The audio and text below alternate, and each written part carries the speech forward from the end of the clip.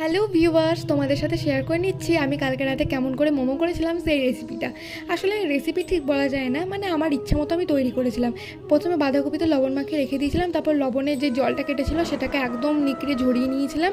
আর সেখানে হচ্ছে একটু মিট মশলা, গোলমরিচের গুঁড়ো, কাঁচা লঙ্কা, রসুন এই সমস্ত কিছু দিয়ে ভালো করে মানে পুরটা রেডি করেছিলাম। আর এখানে ডিমটা আমার পার্সোনাল চয়েস, আমি ভালো করে ভেজে নিয়েছিলাম।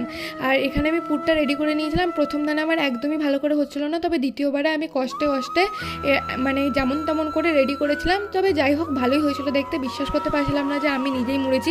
খেতে বেশ ভালোই হয়েছিল। তবে আমি আরেকবার প্রথমে করেছিলাম তখন কিন্তু বাঁধাকপিটা একটু ভেজে নিয়েছিলাম। ওই ভাজা বাঁধাকপির টেস্টটা কিন্তু আমার একটু বেশি ভালো লেগেছে। যাই হোক এটাও কিন্তু দোকানের মতনই খেতে হয়েছিল, খুবই সুন্দর খেতে হয়েছিল।